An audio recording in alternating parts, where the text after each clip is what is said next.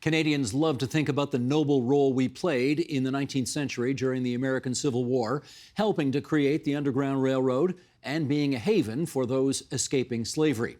But author Julian Sher paints a far more complicated picture in his new book, one that sees spies, mercenaries, and Confederate collaborators circulating among this country's elites. His new book is called The North Star, Canada and the Civil War Plots Against Lincoln.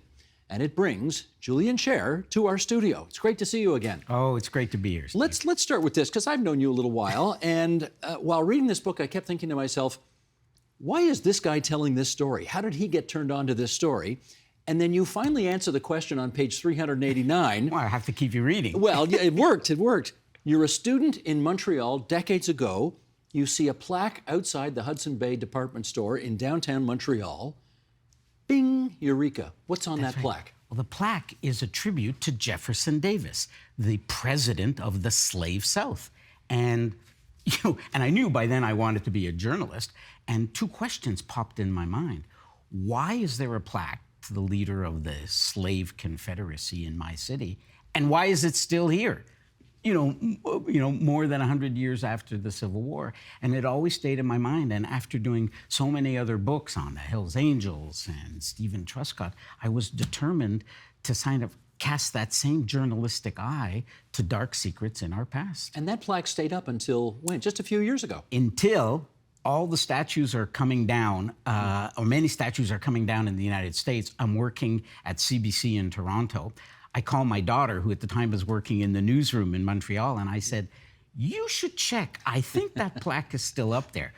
Journalists start making calls, and that day, the Bay takes down the plaque. But the point being is it's not about taking down plaques. On the contrary, we don't want to bury our dark past, and that's what this book is about, bringing it to our hearts and minds today. Indeed, because frankly, much of this was a revelation to me. I didn't realize how deeply entwined, if that's a word, Canadians were in the American Civil War story. So let's do an excerpt here from the book.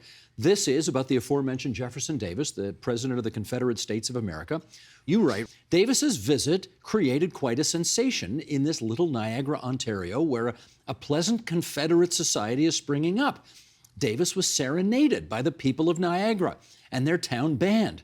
Quote, I thank you sincerely for the honor you have this evening shown to me, Davis told the large crowd that had gathered. May peace and prosperity be forever the blessing of Canada, for she has been the asylum for many of my friends, as she is now an asylum to myself. The adulation continued the next day when all the principal citizens called on him en masse, being introduced by the mayor, the Times reported. He has been made to feel that although in the land of strangers, he is in the midst of friends. And let's again, Sheldon, bring up the next picture here. This is Jefferson Davis with his wife, Verena. This is the champion of slavery, head of the secessionists. He told Robert E. Lee, the general, seeing the adoring Canadian crowds that were receiving him, that they saved his life. Why did he get such a warm welcome up here?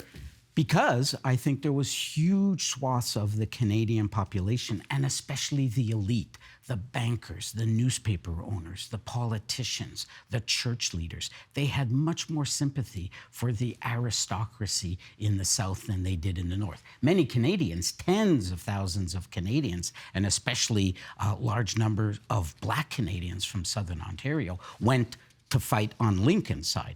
But the Canadian establishment largely was pro-South. And, the reading you gave is indicative because Davis, he's lost the war, right? So the war is over. And we know now after the war was over, it was a war about slavery. It may not have begun that way, but it ends that way. He loses the war. He's in jail for 2 years. And when he gets out on bail, that night, bang, he takes a train to Montreal. He knows Canada is a safe haven for him, as it had been for his Confederates. Well, okay, this requires further explanation, because I'm trying to understand how an ordinary guy, let's say from Kingston, Ontario, back in the 1860s, somehow feels he has something in common with people from Jackson, Mississippi, who own slaves, who have this view of the South that would be completely antithetical to much of what we would consider civilized life here. Today, but back then, opinions were much more divided. I think you have to start, from a business and from an elite point of view. Canada was part of the British Empire. We were just a few years away from becoming Canada. Britain and Canada were officially neutral. Now think of what that means, right? I mean, Lincoln was furious because it means neutral between a legitimate government of Lincoln and a slave secessionist South. But it meant that by being neutral, it meant that Confederates could come to Canada in ways they couldn't go to New York or Boston. They could live here openly. They could raise money for what became terrorist attacks. They could make speeches. And there was an affinity that the Canadian aristocracy felt with these. In Niagara, you had a community of well-heeled people and beautiful mansions where Confederate ambassadors would hang out with the Canadian elite. Same with most of our newspapers. So business, Britain, 80% of Britain's cotton came from the South. Britain was, the navy yards in Britain were making money. Canada, Halifax, Toronto, people were making money getting around Lincoln's blockade and supporting the South. So there were business reasons. There were political reasons because there was an affinity with the South. And frankly, a lot of leaders were not enthused about equality, much less freedom for the 4 million blacks that were enslaved. All right, you've told us about Montreal. What other cities and or towns around, let's say, Ontario for the moment, did secessionists hang out in back then? Well, Toronto, the Queen's Hotel, now the Royal Fairmount, right, was known as a Confederate hangout. In fact, the leader of the Confederate Secret Service, a man named Jacob Thompson in Canada, took over whole suites at the Queen's Hotel. The bar in the Queen's Hotel was known as a hangout for Confederate raiders. But there were so many spies there that there was a Toronto aristocrat named George Taylor Denison III. He had a huge villa on the whole western part of what is now, Ossington in Toronto and any part west. And he opened up his villa to the Confederates. He said, stay here. It's safer than the Queen's Hotel. Most of the newspapers in Toronto supported the South. And you go through... Intensely. We're glowing in their praise of the South. Absolutely, absolutely. This is 60 years after we've outlawed slavery here. Yes, but, again, imagine Lincoln has been assassinated, right? Today we think, wow, imagine the horror. If you were walking in the streets of Toronto and you picked up a copy of the Toronto Leader, one of the main newspapers, right? You would have read, and this is word for word, they said that there is justifiable reason. For Lincoln's assassination because of his oppression of the people in the South. If you were in London, right, vacationing, or that's where you lived, the London Examiner, the paper there deliberately said that Booth's deed is literally justified by the facts because the man he killed murdered the Constitution of the United States. So that's what people were reading in most of the newspapers. All right, you mentioned Booth. Let's get to him. John Wilkes Booth. That is him, the actor who at Ford's Theater snuck up behind Abraham Lincoln, put a pistol behind his head, and tried to blow his brains out. He assassinated the President of the United States. Where was he hanging out and plotting mere months before he assassinated Abraham Lincoln? It's October 1864. Booth has already formulated and has begun to plot out a kidnapping plot. He wants to first kidnap the president and then force the freedom of so many Confederate soldiers. Where does he go? Montreal. He knows Canada is a haven for Confederates. He hangs out at the St. Lawrence Hall, the most luxurious hotel in British North America. The owner there, Henry Hogan, says that this was the headquarters, he says quite proudly, for the Confederate junta. Booth is playing cards with leading agents. He meets with an important agent and gets the names of two people who are part of the underground network in Maryland and Virginia, and he'll use that connection after he kills Lincoln. But most frighteningly, one night he's drinking a lot, and I say that if Montreal was the Casablanca during the Civil War, Dooley's Bar was Rick's Cafe. Booth walks in, and he's famous, right? I mean, he's known everywhere. but possibly the only person who was more famous than him in that pool hall is a man named Joseph Dion, who's the Quebec pool champion. Two men start playing pool, and Dion remarks, and will later report, the words don't mean that much at the time, Lincoln is up for re-election in a couple of weeks. And these are the words of John Wilkes Booth. He's shooting pool in Montreal, and he says, doesn't matter whether Abe is re-elected or not, Abe's contract is nearly up. His goose is cooked. And a few months later, he will fire that bullet, thanks to support and money and operational skills that he picks up in Montreal. There would have been nobody else in that pool hall who overheard those words, who maybe might have wanted to go to the authorities and say, I happen to be hearing that, ...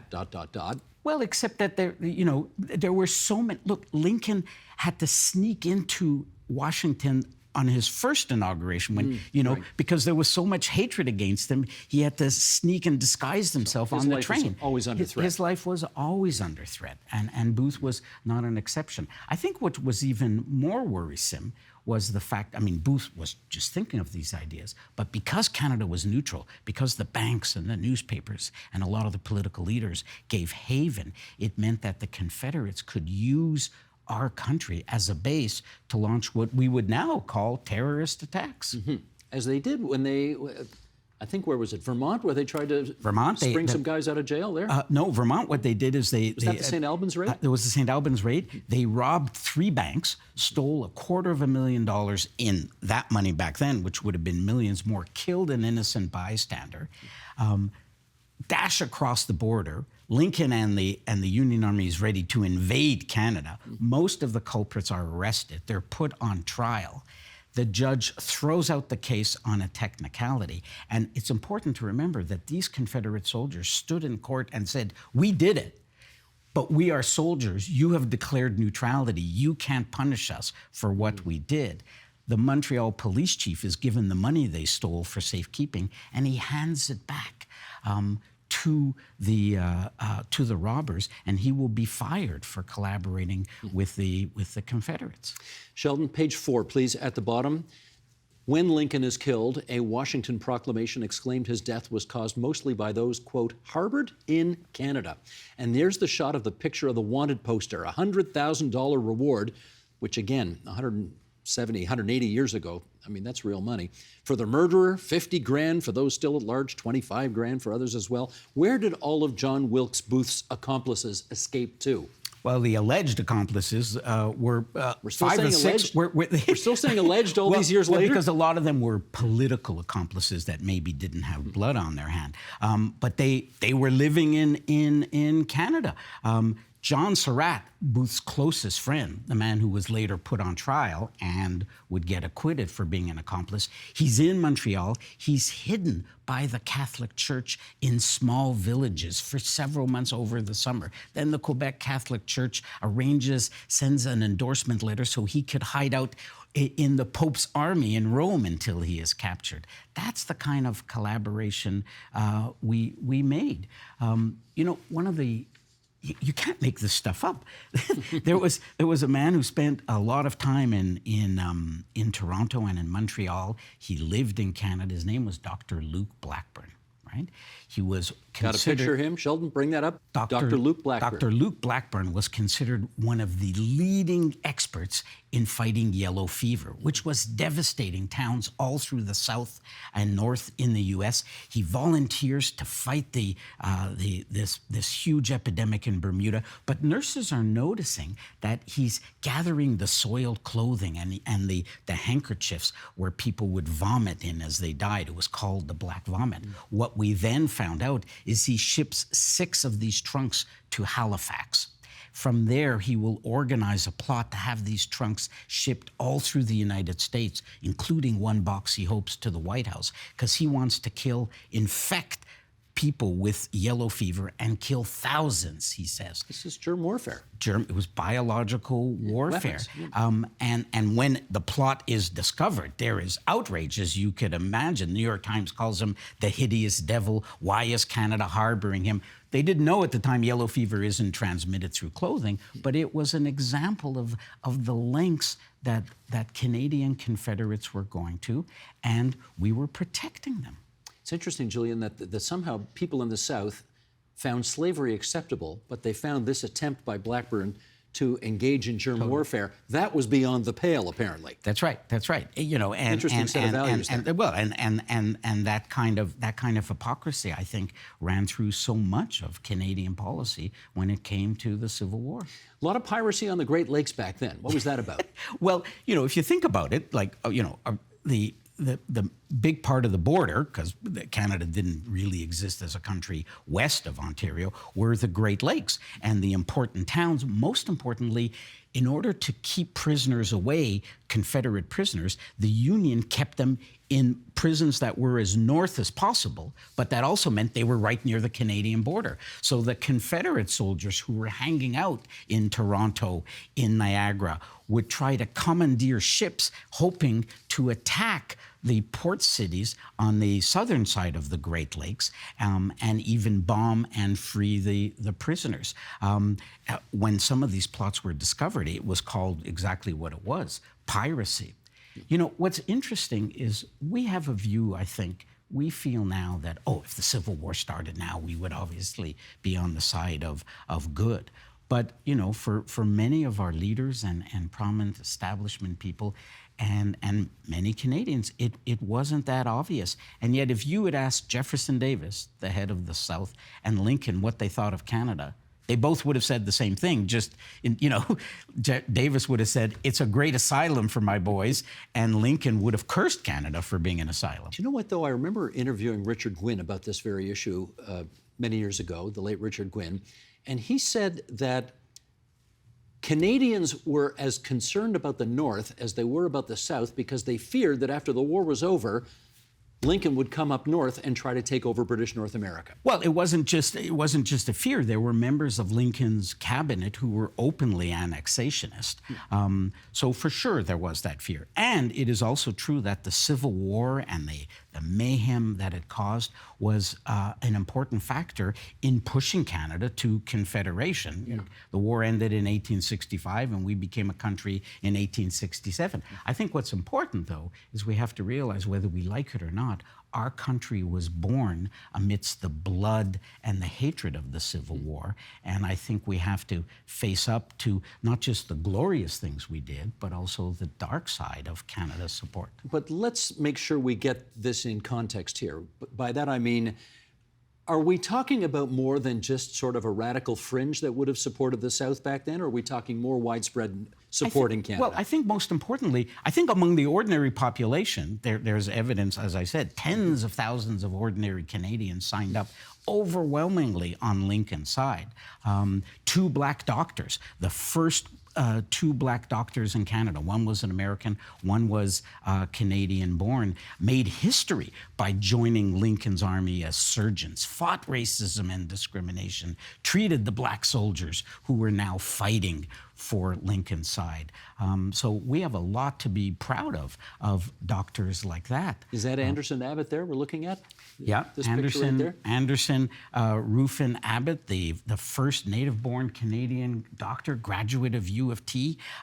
He and his colleague, 2 black doctors, are fighting bravely in Washington. And one night they decide to crash a party at the White House. There's a levee, and Lincoln is there. And according to Abbott's telling, like, there's a hush in the room. Here are these really cool-looking soldiers in uniform. They're black men. There's a hush, and they go over, and according to Abbott, Lincoln shakes their hand, and it kind of shows the path-breaking role that this Canadian man played. But that being said, the powerful people, the bankers, the leading politicians. Look, John A. Macdonald, the father of Confederation, the father of our country.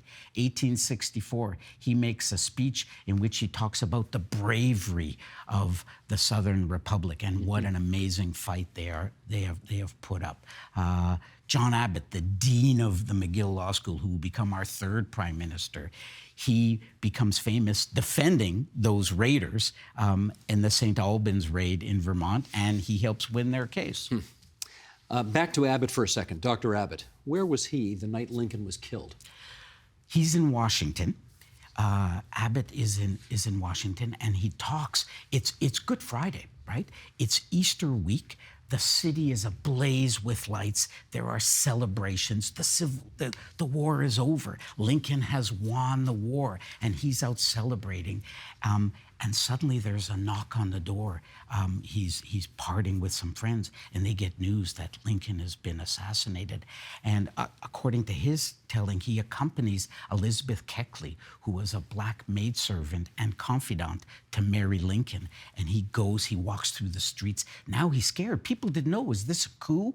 Was Well, it more was things? actually. And it was. There was an attempt. People forget they killed Lincoln, but Booth's plan was to kill the vice president and the secretary of State, and in effect carry out a political coup on the dying days of. So even Abbott talks about, I was worried as a black man walking through the streets of Washington. He accompanies Keckley, so he comes close to the to Lincoln's death bed, and he will later be given by Mary Lincoln a shawl that Lincoln wore, and he kept it and treasured it, and it was eventually given to a museum in the United States. There's actually a new plaque that's going to be going out soon in Toronto in honor of Anderson Abbott and also Alexander Augusta, the American black doctor. So, you know, again, I think Canada was a North Star. We were the beacon of freedom to so many American blacks, and many of our citizens played a courageous role, but they did that in spite of the support that the establishment gave. We were a North Star for the South as well. We were.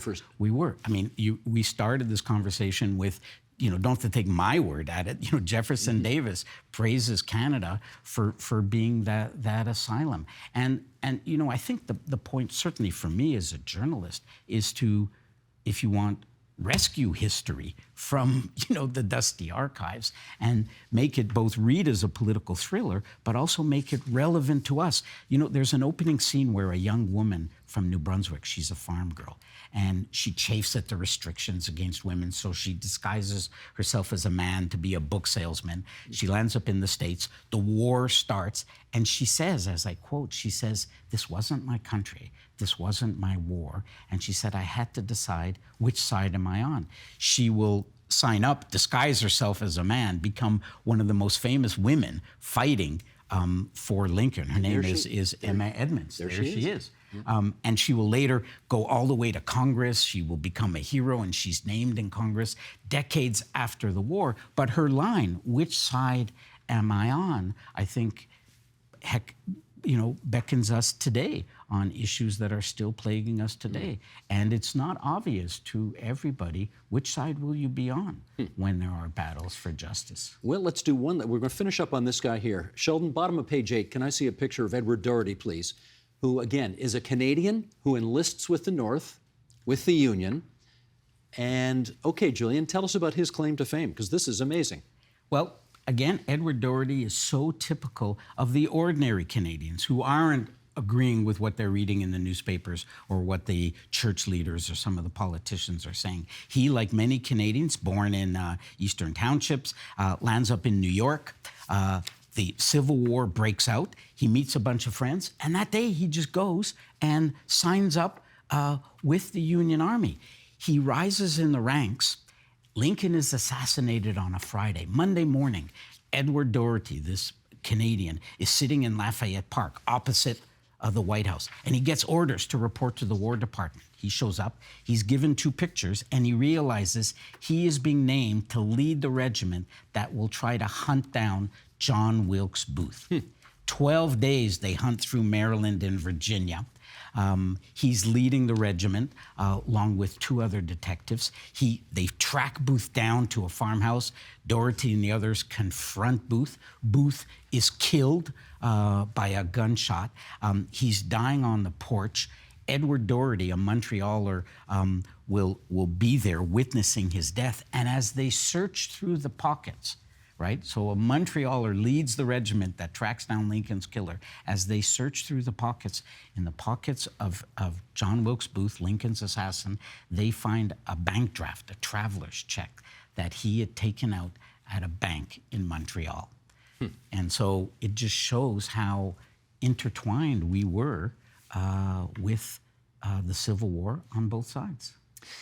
I've been to Arlington many times, seen JFK's final resting place, RFK's.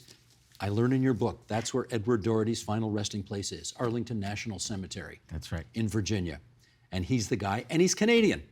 So next time I go to Arlington, I'm looking for that. Yeah. Is it easy to find? It is. It is. You look out. You look out the numbers. You know, speaking of Arlington Cemetery, and I think this is a good place to end on in terms of what it means for us today. The Civil War is the only war I know of where the losers got to write the history. Right? The lost cause movement, right? Which is still going on. If you look at the debates going on today in the US, in Florida and elsewhere about critical race theory and let's not talk about racism in our schools, the whole idea of trying to whitewash the history is still alive and vibrant today. So the lost cause movement was important in the US and in Canada with movies like Gone with the Wind, trying to portray the South as equally as justified as the North. Birth of a Nation. That's right. The first Hollywood movie, which glorified the Klan. One of the leaders, one of the Confederate leaders who led that raid in Vermont, comes back as a hero in 1915 to Canada and makes speeches about bygones be bygones. But he is behind the building of a Confederate memorial in Arlington Cemetery, a huge memorial with President Wilson there. And one of the black doctors that we talked about, Alexander Augusta, was buried in the segregated section of Arlington Cemetery while the president was glorifying the Confederates.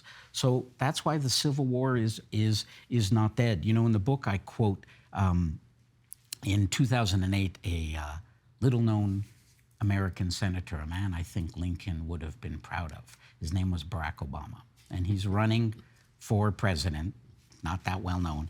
And he quotes William Faulkner, a very famous Southern writer.